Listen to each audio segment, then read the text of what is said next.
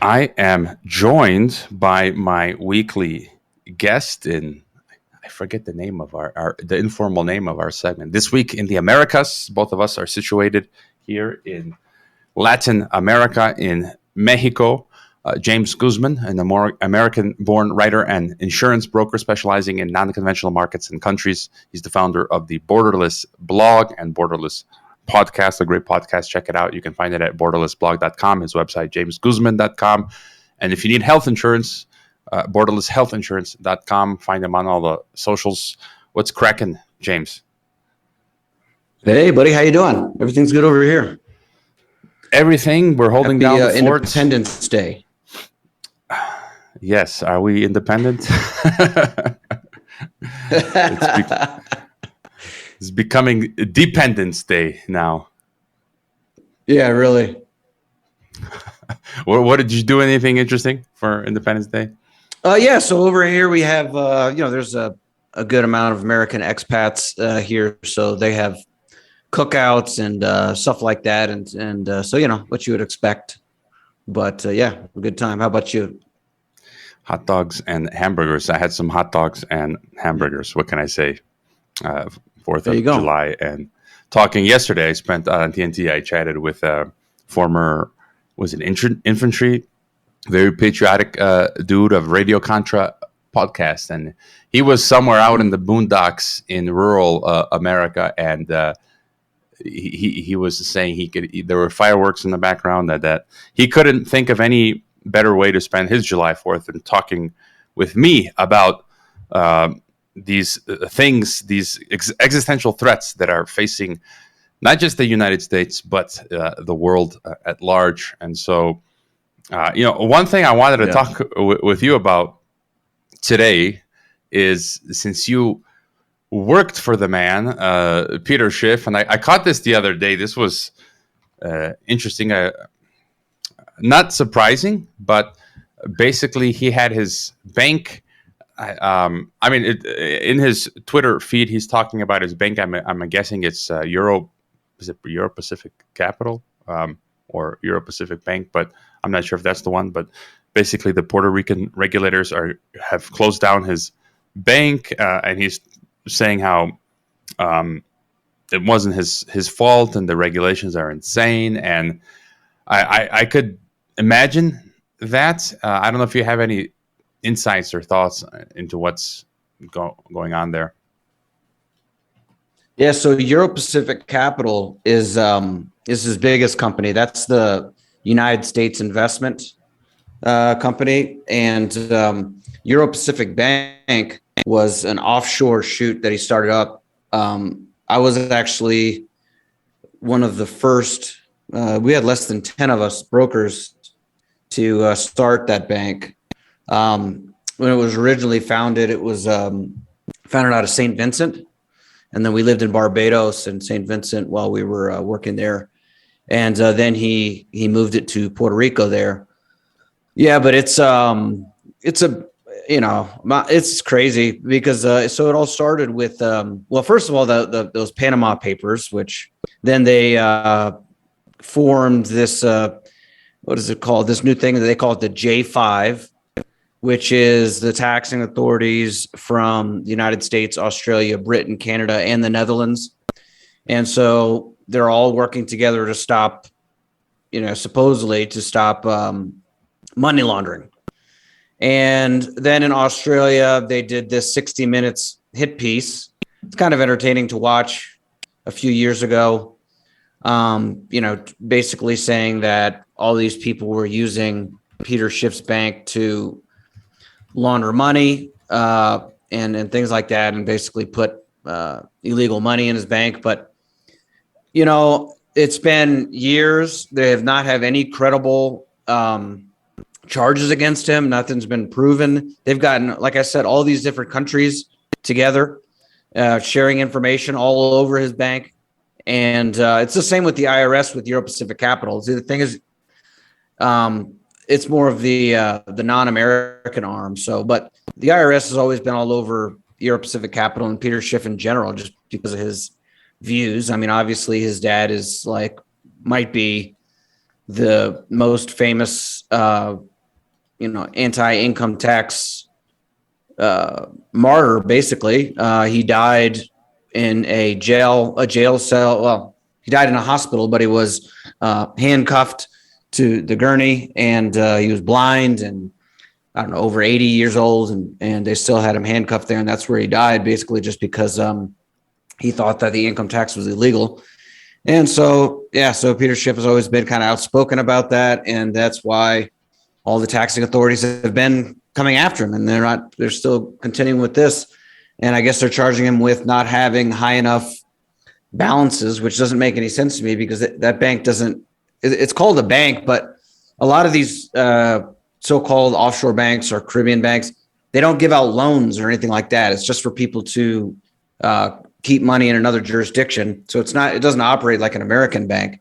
So I don't know why and he claims that that's not the case, but that's what they're charging him with. So there's nothing really illegal. What they're charging him with is not having high enough money on, cash on the books to back up all the different deposits. So I don't know. He couldn't claim that they've already charged him over $700,000 for this one thing, and then supposedly they're going to have a hearing on the 7th, and so I guess we'll see what happens there.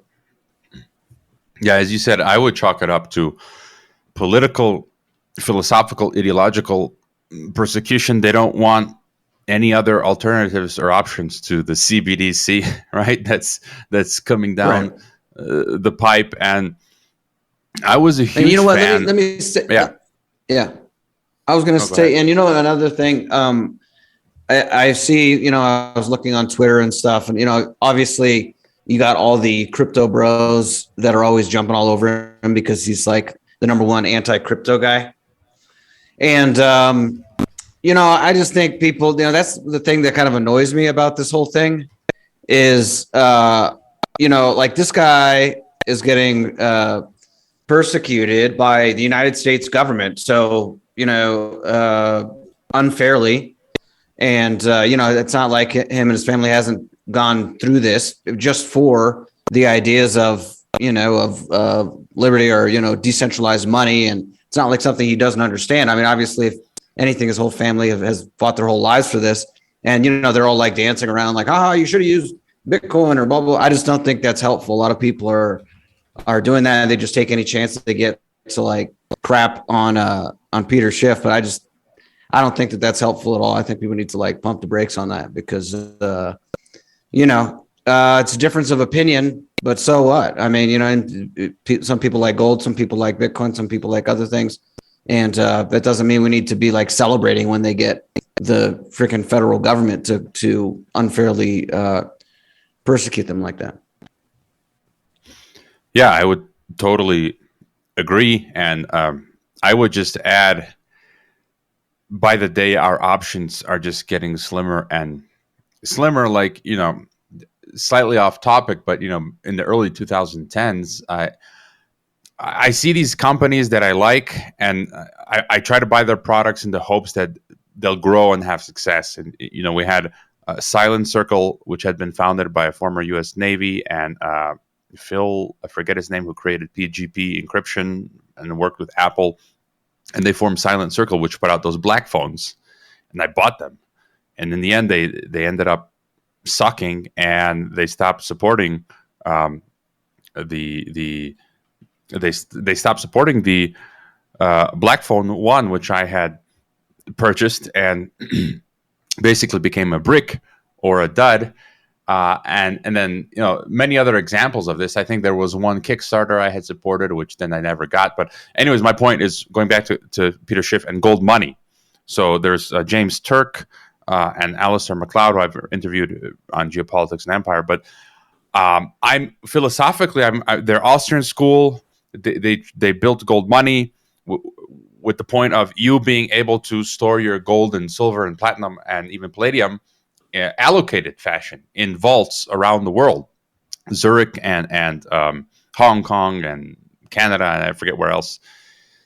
And Peter Schiff, I think he's still part of Gold Money. I'm not sure. He got in on Gold Money, and initially they had these gold cards. So I even had one. I got one, And it was like, I deposited funds into my account. I chose a vault, and they allocated that gold for me in my name in that vault. And then they issued like a MasterCard or Visa debit gold card. So then you could use that card, and it would deduct the gold from your vault. So for example, if you spent $100 on a pair of jeans, anywhere in the world, you'd pay the $100, and in your gold money account, they would deduct the equivalent of $100 worth of gold. But then over time, these regulations became so cumbersome that gold money couldn't, they had to get rid of that gold card. They couldn't do it because the regulators made it impossible. And then they were going to get in on the crypto and the Bitcoin. They stopped that as well.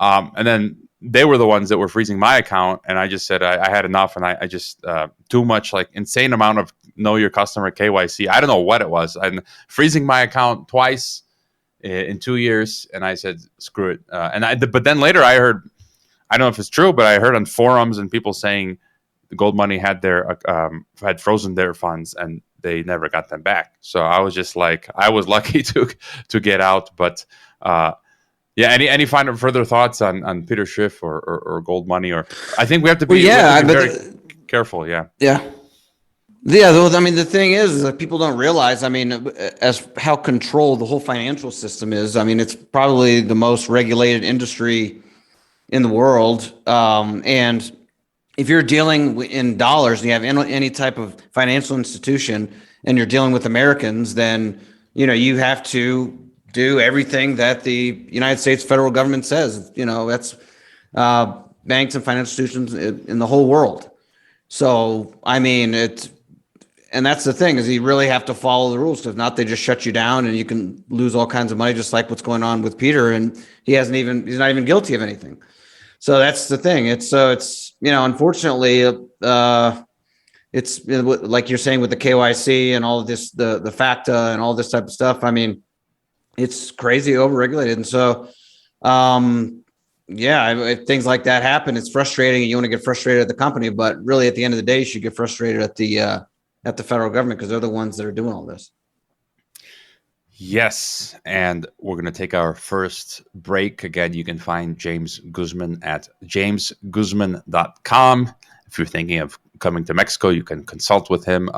Check out his podcast at borderlessblog.com. And if you need health insurance, borderlesshealthinsurance.com. We'll be right back on TNT Radio. We're back with James Guzman out in San Miguel de Allende in Mexico. Two gringos in Mexico, although I'm a Mexican national now, a proud Mexican national. I guess you can. I guess on the U.S. government form, I could actually technically check off Hispanic if I wanted to, or Mexican. That's really cool. I could be counted as a minority. Today you can identify as anything, but legally, I could as a Mexican, as a proud Mexican citizen. Again, James's website, jamesguzman.com, borderlessblog.com. What are some things you've been looking at or thinking about in the Western Hemisphere, in the Americas, James? Well, today, one of the things that was in the news was,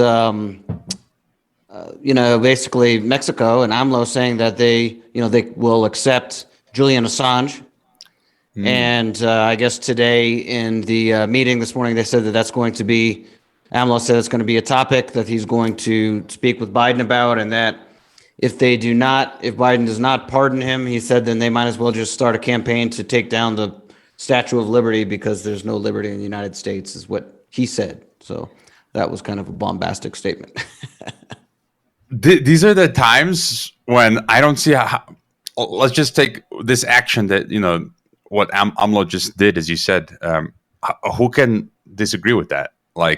And on top of that, what other politician is as spicy, right? Like, to use that Mexican, picante, spicy as that. Like, this is so cool. All the other, we've got these Davos politicians like Trudeau and Mark Rutte and Netherlands and all these losers. But I mean, you have to admit that's cool, no? Mm-hmm. Yeah.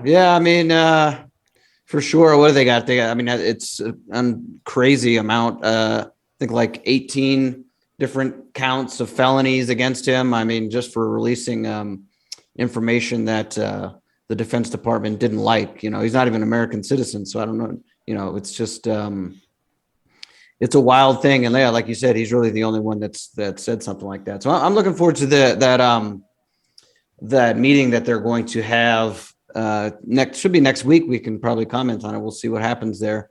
A lot of people are coming back at AMLO and saying, well, there's been 12 journalists that have been killed in Mexico this year. So who are you to talk, but I don't think you can really put all that at his feet. And another good piece of news, and this was just today, I'm looking at Rocio Nale's Twitter. She's the Secretary of Energy in Mexico. And they have officially today ended the daylight savings. I am so happy we won't have to change our clocks anymore. And she says, she's talking about, I'm not quite getting her tweet. She says in 2021, the electricity that was saved was 0.16%. The economic savings was 0.2%, and the CO2 emissions was 0.07%. But she ends that it affects the biological clock. And I kind of make a bigger deal about this than others, because I've been reading about this for years and I feel strongly about it. I think it's true that there's studies that show that it really negatively affects all of our health. And for me, that's like a big deal. And twice a year to be, we all know how it is, right? When you lose an hour and then the next day you got to get up super early. So I really do believe it's huge damage on our heart, on our health. And I'm glad that it's gone. Aren't you, James? Yeah. So it's already in effect. We're not going to have to change them anymore. It's a done deal. So we're good. We're good to go. I wonder. It's really weird. Why all of a sudden I think the U.S. did it, now Mexico. Yeah. Again, I just kind of stand back. It's just kind of suspicious why they should have been doing this a long time ago. Why do all these governments work in unison in such a way on these things? It's really weird. But here's a criticism for AMLO, and this is a very legitimate criticism. Mexico News Daily, which generally is very good, English language news on Mexico. They are very kind of pro-official narrative of many things, climate and big pharma. But again, with anything, if you can just kind of forget about that, here's an article about an archbishop, senior Catholic church leader, talking about AMLO's demagoguery in hugs, not bullets security strategy. He says the hugs, not bullets strategy hasn't worked. And he's saying that it will never be right or legal for a government to shirk its responsibility to provide security and social peace to citizens. That's why governments have power and access to legitimate use of force. The abrazos no balazos, the hugs, not bullets, is demagoguery and to some extent complicity. True authorities don't fail. They fulfill their function. They guarantee security with deeds. And I have to say, after about a decade in Mexico, this is true. I mean, the cartels and criminal organizations are obviously have more control than the government. They're shaking down everyday citizens. Literally chopping off heads, kidnapping people, extorting, simple businesses. And I think the force of the law and order in government needs to be applied. Again, it's I don't know what the solution is. Many people don't, but I don't think you can just let them run roughshod. Your thoughts? Oh yeah, for sure. I mean, yeah, obviously you don't want people like that just going crazy. But he said that one time in a speech, the abrazos no balazos, and since then they just keep repeating that over and over. I don't know. I mean, that's not like an official like plan or anything. That was just something he said, like he wanted to be more loving or whatever. But I mean, he's centralized the Guardia Nacional and a lot of the the police to be kind of more of a federal force. So that's one thing, and other types of, I remember about a year and a half ago, he claimed was the end of the drug war. I don't know what was up with that because it seemed to still go on. But yeah, I mean, people have different ideas, and that they should be even more harder on the cartels. But I don't know how that would actually work. I mean, they've been trying to do that since Calderon, and it's been pretty bad. So yeah, like you said, it's just hard to know what exactly you can do about these organizations that have so much power at this point, and so that does kind of bring me to the next thing I was going to talk about. We've been talking a lot about what's been going on at the border. So last week we talked about the 51 people that had been found in a tractor trailer in San Antonio, basically trafficked from Central America and mostly Mexico, and just died in the heat there. And that was horrible.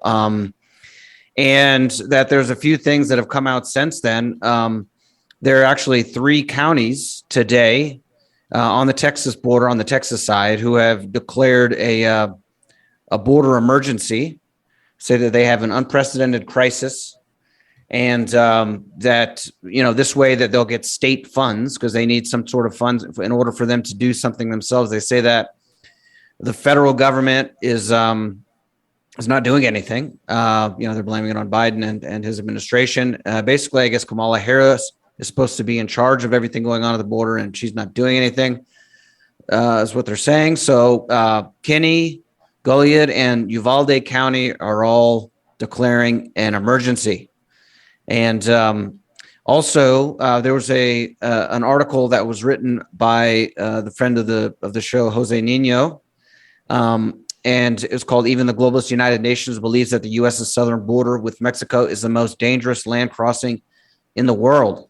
And so the UN actually put out a report not too long ago, and so they're claiming that more than 1,238 lives have been lost during the migration in the North, Central, and South Americas in 2021.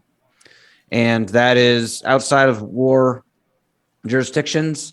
It's the deadliest and the deadliest crossing in the world. So, this is a lot of people are it's drawing a lot of attention there. I think this is going to, as we've talked about before, this is going to be something big in the upcoming election and the midterms coming up. People are not happy about it, and seems like it's only getting worse, especially after the Title 42 is going to expire.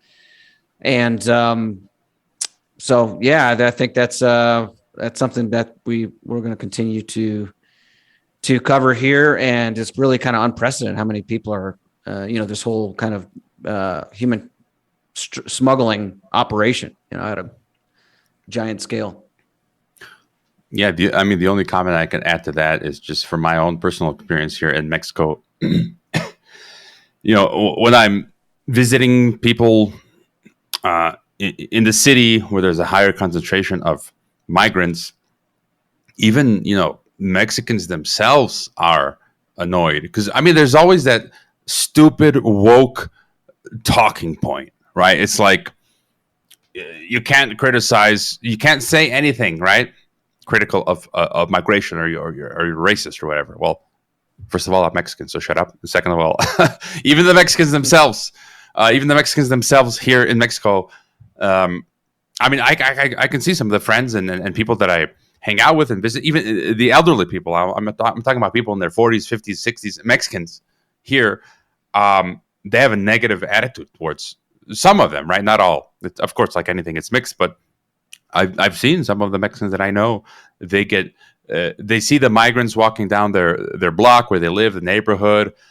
They're picking at cars, like they're looking into houses. Some of the bad migrants, not all migrants are like this again, right? But they're looking into like mailboxes. Some of them have gotten violent and attacked security guards in the neighborhood.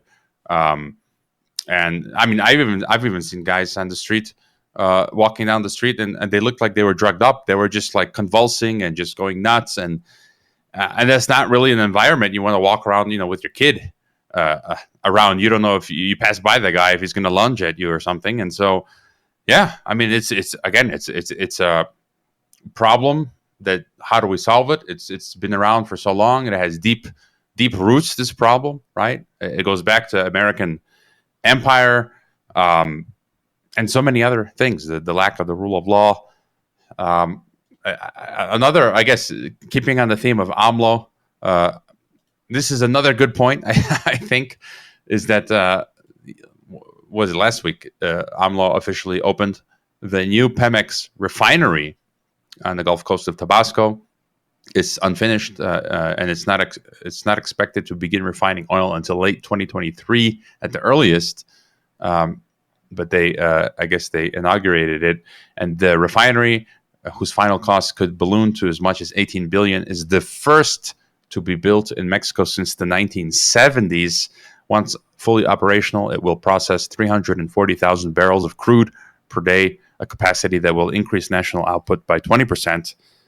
And AMLO says it will allow Mexico to become self-sufficient for fuel and protect itself from global volatility. I mean, that's what I like to hear. I mean, being here in Mexico, given all this other crap that's going on around us with Davos and the World Economic Forum trying to destroy nations and deindustrialize, especially Europe, being here in Mexico with these resources, I think is a good deal, don't you? Yeah, for sure. I mean, especially if they can, really get these refineries working well. That's been a problem, that they've had to kind of outsource the refining of the oil, although there's a lot of crude in the country. Just because the bureaucracy of Pemex in general, they've had trouble with that. But yeah, if they can get that, which is what he said he wanted to do, if they can get that under control, then yeah, I would say Mexico in general is in a pretty good spot. And they add that we're getting ready to stop importing gasoline, diesel, and jet fuel in order to be self-sufficient, create employment in the country, and direct these fuels to the internal market and national development. I think that's what many countries should be doing. Yeah. Other things you've been looking at, whether in Canada, USA, Mexico, or beyond. Other than that, I mean, there was something that we ended talking last week about, and that was a lot of people I've noticed have been talking about the Chinese moving into Latin America in general. Tucker Carlson did a whole thing where he was down in Brazil, and that was one of the things that he kept talking about. So obviously that's something that's kind of, something that the Republicans are bringing up in the United States. And I think a lot of other people have been talking about that, kind of the Chinese influence, and they're mentioning a lot of them, that like corporations coming and investing and buying different resources, and also the different drugs that they're making and then importing into the United States, if people are kind of seeing it as an attack on the country. So I think that's something that you're going to see a lot more of. And speaking of the Chinese, another story I had lined up from Forbes, Mexico was 5G. It's coming, and Huawei has a key role here in Latin America. And it says that by 2025, the digital economy is going to reach a worth of $23 billion globally. But they're talking about the deployment of 5G in Latin America and how it's going to detonate or catalyze the development of other sectors of the economy. And they're citing someone from Huawei, Latin America, and I guess they're highlighting in the region Brazil and Mexico because they, I guess, have significant advance, those two countries, in 5G coverage. Doesn't bode well for us, I guess. And what else is, I guess, interesting here? But basically, yeah, we can, again, this is, a lot of people are talking about this, many good people in independent media and experts. You see it happening globally, but in our case here in Latin America, Brazil and Mexico seem to be leading the way in 5G. I personally don't see it around me. I mean, I hate it's a love-hate relationship with my smartphone. I hate it. I barely use it. I haven't really come across 5G in my daily life. Have you? And any other thoughts on this? Well, yeah. So here in San Miguel, we don't have 5G. I don't think that most of Mexico does at all. Honestly, I'm sure that they are planning on building it out, and I don't know about all of Latin America, but yeah, over here where we are, there's no 5G towers at all. I know because I'm in these groups, and a lot of people talk about that a lot. But that's one reason a lot of people like to come here. Yeah, it's strange. I mean, there's a lot of people in independent media talking about 5G, but I'm always careful when I'm consuming this content that I don't. I mean, we all know how it is with some of the indie alt media. Sometimes they exaggerate and hype stuff up, and it's like, take a breath, stop. Show me good sources of your information, not just some. And it's happened to me over the past 2 years where people are posting videos and clips of COVID stuff. And it's like 2022, and they're posting stuff from 2020, and then I will reshare it or repost it on Telegram, and then a subscriber will say, "Hey, that was from 2 years ago," and I will double check, and I'm going to delete it. I don't keep stuff up just to get more clicks or views. I'm like, oh, that was 2 years ago. I'm deleting it. That's old news. Anyways, we got to take our second mezcal. Yeah, you gonna say something? No, I was going to say you could have on Derek Bros. He used to do a lot of stuff on 5G, and he's not like somebody that really overhypes the stuff. So he'd be a good person for you to have on. Interesting that you mentioned that. Yeah, he's very careful, and I think he was on TNT Radio for the first time just recently. I forget, I don't know on whose show, but yeah, I should get Derek on. And while we go to break, you can check out James's websites, jamesguzman.com, borderlessblog.com, borderlesshealthinsurance.com. We'll be right back on TNT Radio. I wonder if that guy, that commercial, speaks like that in everyday life. I mean, that would be so cool if he went around talking like that. I mean, it's great to have a voice like that. Anyways, we're on our final stretch with James Guzman of jamesguzman.com, borderlessblog.com. He's got a great podcast. You can consult with him if you're thinking about coming to Mexico, escaping global Nazism. It's 1930s all over again. And something I sent you this video some days ago, James, and I almost fell off my chair. I mean, it's unbelievable to watch this stuff unfold in real time. And Enrique Adolfo, as I call him, Alfaro, the governor of Jalisco, where I am in Mexico. I catch his stuff usually through my Facebook feed, but he gave him and his team gave a 30-minute talk about how they are redoing the entire traffic. The what do you call them? The semaphores in English. I'm forgetting again. Traffic lights. All over Guadalajara. I mean, this is the second biggest city in Mexico, and I think it's got upwards of 5 million people in the whole metropolitan area. A lot of traffic, a lot of people, not really good built infrastructure. But the point is, it's literally what I've been predicting for years. I mean, it's all laid out. It's the technocracy. It's the smart city. So on one hand, yes, traffic is a problem, and what they're doing is going to improve traffic. But I think that's a good thing in the near term. But in the long term, where they're taking us is this prison planet, is the algorithm ghetto. So they're replacing many traffic lights with LED lights that will last longer. I mean, rain and flooding is a huge problem here. But they're going to add things like detection for CO2, a detection thing for floods at intersections, for surveillance for cars, and they're going to have a central command where they can control all of the city's easily control all of the city's traffic lights. And I'm thinking like, well, okay, now they can detect CO2 now. So what have they been talking about? Climate lockdowns. Don't you think in some future they're going to say, oh, there's been too much CO2 emitted in Guadalajara today.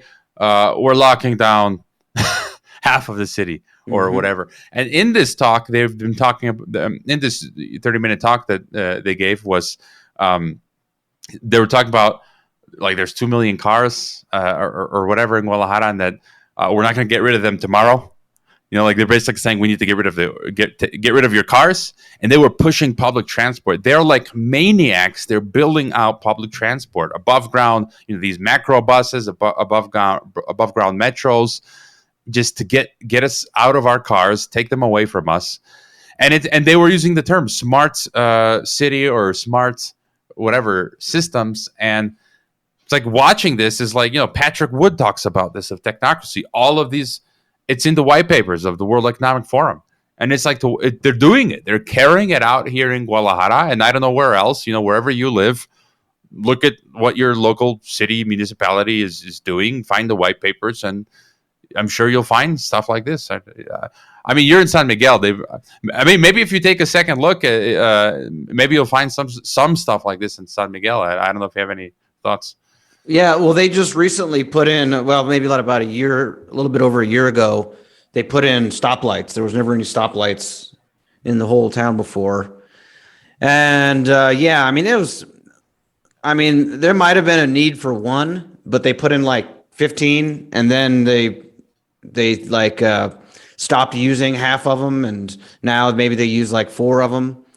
And, really, you got to look at like the companies that are hooked up with the government that are doing these kind of things, because, they get kickbacks. And it's just, I think that's a big motivation for this type of stuff, too, is because they got friends in these companies that set these. And if you look at it, a lot of times what they do is they actually rent the stoplights or whatever it is that they're installing. And then the government will pay rent, some crazy amount of rent to rent this equipment.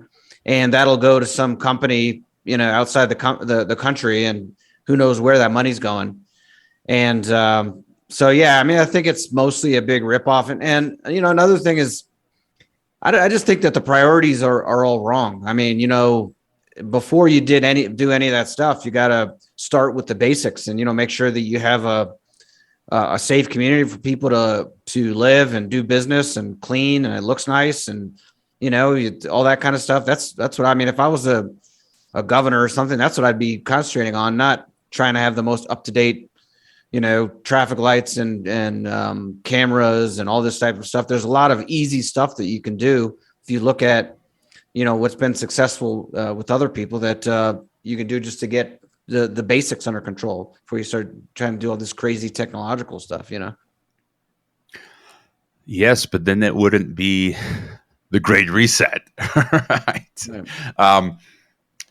Again, other concerning news. This is from again local Mexican news, but we're starting to see they're trying to pull this COVID 1984 garbage again. Different. I mean, many countries. I just heard that Australia has removed restrictions. Many countries have removed restrictions, but nonetheless, they're starting to talk about masks again, like in France, and vaccine certificates and things like this. And I found this article here in Mexico talking about how the sanitary authorities, the biosecurity state related to the field of education, have announced that 11 municipalities they're having exponential increase in COVID cases, right? Especially in schools where the most affected are kids in preschool. It's like, well, wait a minute. First, the kids were like never the ones that were getting sick, right? But it's kind of funny how they're talking about the kids now getting COVID when they're rolling out the vaccines here in Mexico for the kids, from ages 5 to 11 to get the shots. But beyond that, the sanitary authorities are saying that they want to, bring back restrictions, social distancing, mixed online classes. But the cool thing is that you're seeing pushback now. There's an organization, the Parents of Families for Physical, or how would you say, in-person education. And they're pushing back. They're saying that they don't think the COVID, that these parents in this organization think that the COVID cases are under control. There's not that many hospitalizations, and there's no reason to close schools again. So this is good. People are pushing back and saying, you guys are nuts. I don't know. I mean, I hope more. This is exactly what we need. There's a great Telegram channel. They call it the doom scroll. You know, in my Twitter and Telegram feed, you're basically going to find the doom scroll. But I kind of switch things up a bit. I found this COVID positive news channel. And I mean, there is some positive news. So, any thoughts on this pushback or COVID lately in Mexico and COVID 1984 restrictions? Yeah, I mean, I don't know. It's just not even anywhere in my head at the moment. Luckily, that doesn't affect me. I just sometimes you see stupid people walk around by themselves with a mask on outside or something like that. But other than that, where I'm at, it's good at the moment. So, but yeah, we can't get complacent because who knows what else they have coming down the pike here. But yeah, I can't believe it does just so irrational with all these people that are now just rushing out to get their kids vaccinated because the government says it's okay. It's just so ridiculous. They've never been at risk anyways. We all know that. I mean, we've known this for years. So I can't wrap my head around it, man. It's become like a cult. I've been hearing stories from friends and elderly Mexicans that have, between families themselves, some have gotten the shots and they're full believers, and others didn't. And then there are people getting sick, and it seems the ones that took the shots are getting more sick. And when they do get sick, more, it's worse than the people that haven't. And then they're all just kind of like attacking and making fun of each other, and it's crazy. But some other more positive news that I've been finding that, well, on the one hand, I think some of the Mexican airlines, or in general the airlines, I don't know, they've lost their rating. They've been knocked down, I think, one rating in terms of because of safety and security issues regarding the airlines in Mexico. That's not good news. Like Aeromexico and I don't know others, but Aeromar, I've never heard of this airline, but they are adding new flights between, for example, Puerto Vallarta and Guadalajara. So, and I think this is a trend across the board where the connectivity is increasing. And so I think this is, in general, a cool, good thing for Mexico. No, I hear about hotels being built in different parts of Mexico.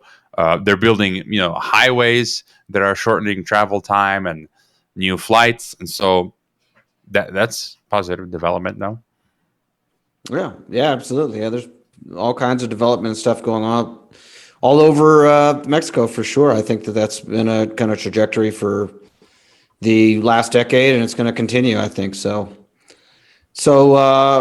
what about you? Are you sticking around in Mexico? Or are you going to be getting on a plane yourself? I don't know. I'm still.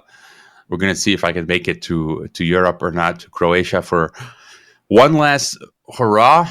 I think they're gonna be locking things down again in the fall, so? And I think all hell's gonna break loose. The war, the economy. They have to scapegoat something. They might do pandemic again, and then, I mean, the other bad news next year. The EU is bringing in this, I mentioned it before, this ETIAS system. I mean, Croatia loses its national currency, the kuna. And so traveling will be harder in general, I think, the following year. We'll probably not have many more options in terms of flights, pilots, not enough pilots. You see everything just in total chaos. And so, again, let us know. There's the music. Let us know, James, best places to find you and services that you offer. Yeah, well, as you've said several times, check me out, borderlessblog.com, got all my stuff there, and be happy to help anybody that wants to come down to Mexico or Latin America and explore their location-independent living. All right. Viva Mexico. We'll talk to you next week. Stay tuned here on TNT Radio.